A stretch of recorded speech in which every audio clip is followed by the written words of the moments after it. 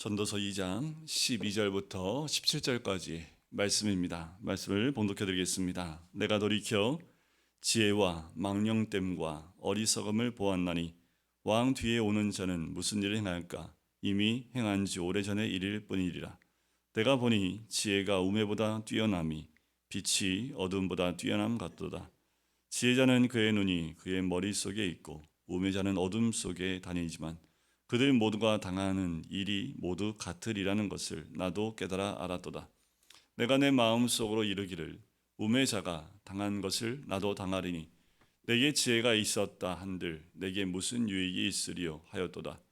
이에 내가 내 마음속으로 이르기를 이것도 헛되도다 하였도다.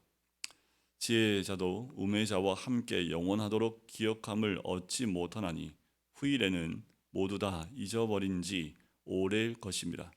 오호라, 지혜자의 죽음이 우매자의 죽음과 일반이로다. 이러므로 내가 사는 것을 미워하였노니 이는 해 아래에서 하는 일이 내게 괴로움이요 모두 다 헛되어 바람을 잡으려는 것이기 때문이로다. 아멘. 전도서의 말씀을 특별히 1장 후반부부터 2장 요 부분만 읽으면 왜 사나? 이런 생각이 들 정도입니다. 솔로몬이 인생의 허무함에 대한 부분들을 이야기하는데 인생의 허무함이 너무 깊어서 다 헛되다고 얘기를 해요. 이것을 읽다 보면 우리의 삶 자체가 참 허무한 것 같다는 느낌이 듭니다. 무엇을 이루려고 하는 것, 무엇을 가지려고 하는 것, 무엇을 쟁취하고 누리려고 하는 것, 그것이 다 허무하다는 거지요. 뭔가 새로운 일을 하려고 하는 것도 다 허무하다는 거지요. 왜 헛되고 허무합니까? 내가 하는 것이 꼭 새로운 것 같지만 이미 앞에서 우리의 선진들이 다 하려고 했던 것 가운데 하나일 수밖에 없기 때문에 해 아래 새로운 것이 하나도 없다라는 거예요. 내가 하는 것이 뭔가 새로운 것 같고 내가 무엇인가 추구하는 것이 놀라운 것 같은데 이미 앞에 있는 왕들이 했던 것을 반복하는 것밖에 없다라는 거지요. 그러니 무엇을 하는 것이 또 어떤 것을 하는 것이 무엇이 그렇게 중요하겠느냐라는 거예요. 솔로몬이 지혜자였음에도 불구하고 다 살아보니 또 그 지혜를 가지고 있고 또 살아있는 동안에 많은 것을 행했지만 해 아래 새 것이 없었고 다 허무하다라는 것을 이야기합니다. 근데 결론부터 말씀을 드릴까요? 오늘 본문 말씀은 아니지만 2장 후반부에 보면 그래서 이 지혜자의 특별히 전도서를 기록한 이 솔로몬이 결론 내린 게 있습니다. 24절에 보면 내가 끝에 보면 내가 이것도 본즉 하나님의 손에서 나오는 것이로다. 먹고 즐기는 거 다 해봤지만 26절에 보면 하나님은 그가 기뻐하시는 자에게는 지혜와 지식과 희락을 주시나 죄인에게는 노고를 주시고 그가 모아 쌓게 하사 하나님을 기뻐하는 자에게 그가 주게 하시지만 이것도 헛되어 바람을 잡는 것이로다.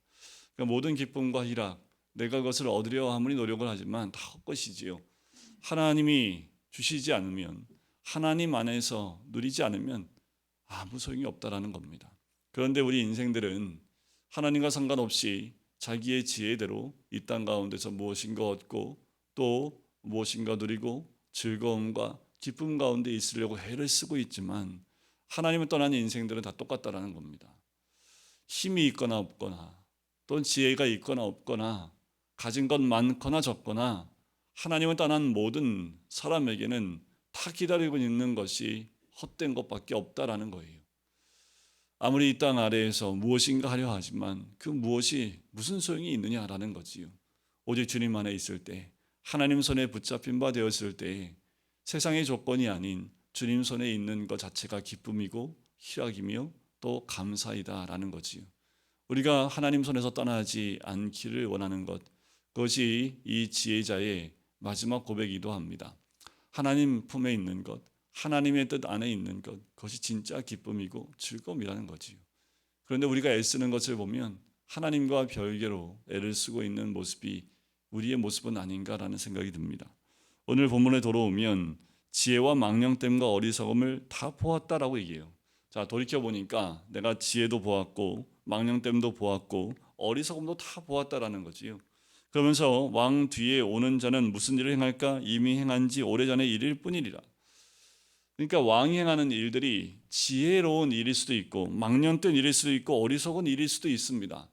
그렇지만 이 왕이 무엇인가 행하고자 했던 모든 것들, 지혜와 망령됨과 어리석음, 그 모든 것 다 선진의 왕들이 행했던 그 모든 일들이라는 거예요.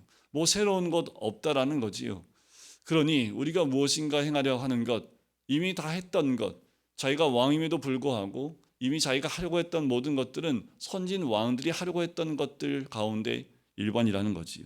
그러면서 지혜와 우매에 대해서 얘기합니다. 13절에 보니 내가 보니 지혜가 우매보다 뛰어남이 빛이 어둠보다 뛰어남 같도다. 그렇지요. 지혜와 우매를 설명하면서 가장 적절한 설명이지요. 지혜는 빛이고 또 우매는 어둠과 같다라는 거예요. 빛과 어둠을 비교하며 이 지혜와 우매함을 비교합니다. 솔로몬은 지혜로운 자였기 때문에 우매한 자의 모습과 지혜자의 모습이 어떻게 다른지를 분별할 수 있었던 거지요. 어떤 차이가 있습니까? 지혜자는 그의 눈이 머릿속에 있습니다. 이 눈이라는 것은 무엇을 의미합니까? 머릿속에 있다는 게 말이 돼요. 근데 이 눈은 분별함을 의미하는 거지요. 보니까 알 수 있는 거지요. 그 분별함과 지혜가 머릿속에 있다라는 거예요. 그런데 우매자는요, 그냥 어둠 가운데 있습니다. 바로 앞일, 바로 5분 뒤에 일어날 일도 짐작지 못하고 그냥 우매하게 사는 거지요. 그냥 어둠 속에 헤매고 다니는 것 같은 사람이 우매자와 같다라는 거지요. 여러분들, 우리는 지혜자입니까? 우매자입니까? 참다운 지혜는 주님 품에 있지요. 주님 안에 있습니다. 참 지식의 근본, 지혜의 근본은 여호와 하나님을 경외하는 것이다 라고 이미 말씀을 드렸지요. 그럼에도 불구하고 우리는 여호와를 경외하는 것에 핵심과 목적을 두지 않고 다른 것에 우리의 마음을 둡니다. 세상 사람들이 참 이게 지혜야 라고 얘기하고 참 이게 지혜야 라고 얘기를 하지만 그 모든 지혜, 하나님을 떠난 지혜는 우매함일 수밖에 없습니다. 자, 그런데 지혜와 우매에 그렇게 차이가 있지만 빛과 어둠과 같이 그렇게 분별이 되지만 그런데 어디 앞에 쓰면 아무 소용이 없다라는 거예요. 죽음이라는 것 앞에 쓰면 아무 소용이 없다라는 거예요.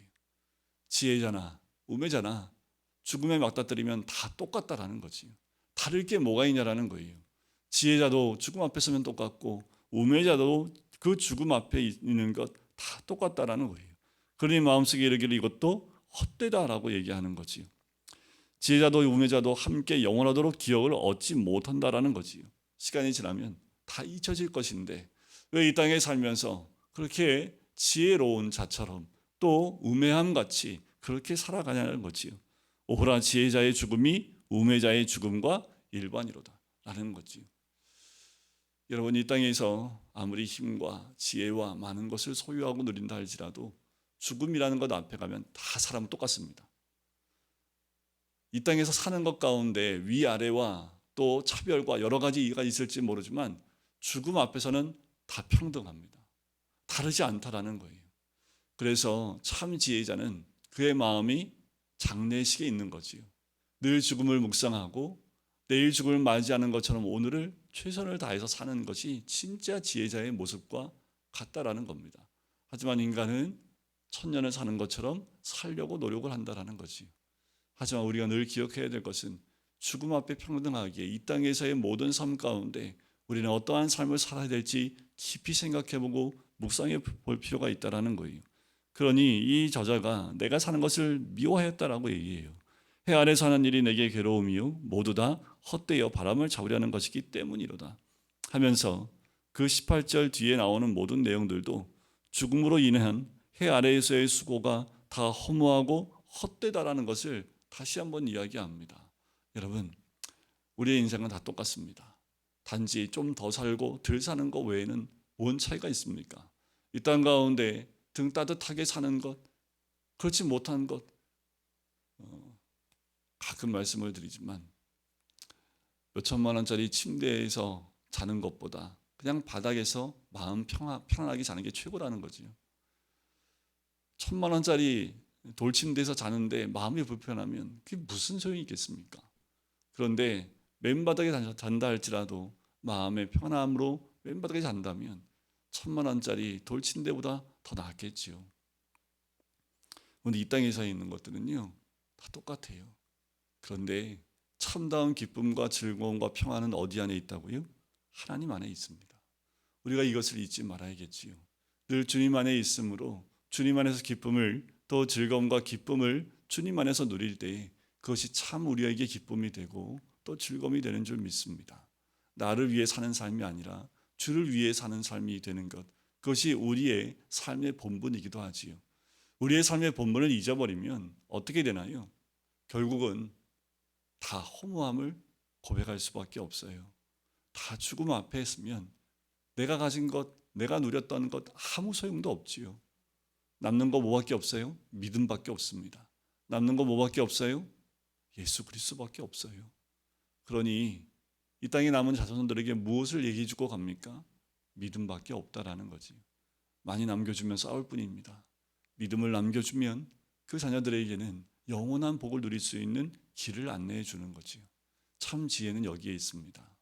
이 땅에서의 지혜보다 영적 지혜를 깨닫고 하나님 한 분만으로 만족하고 주님 안에 거하는 삶, 그것이 우리가 바라봐야 될 삶이고, 오늘도 해 아래 뭐가 그렇게 즐겁고 기쁘고 뭘 그렇게 삽니까?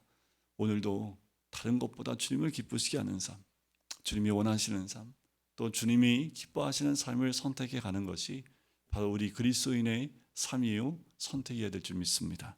기도하겠습니다. 사랑의 주님, 오늘도 우리가 말씀 안에서 하나님 해 아래 모든 것이 헛되고 또 허무함을 또한 고백을 합니다.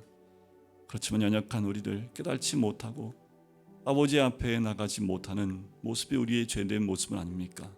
지혜와 우매자 다 죽음 앞에 가면 똑같고 다른 것이 없음에도 불구하고 우리가 추구하며 우리가 살아가는 목적과 방향을 잃어버리고 내 나를 위하여, 자신을 위하여 살아가는 것이 우리의 삶은 아닙니까?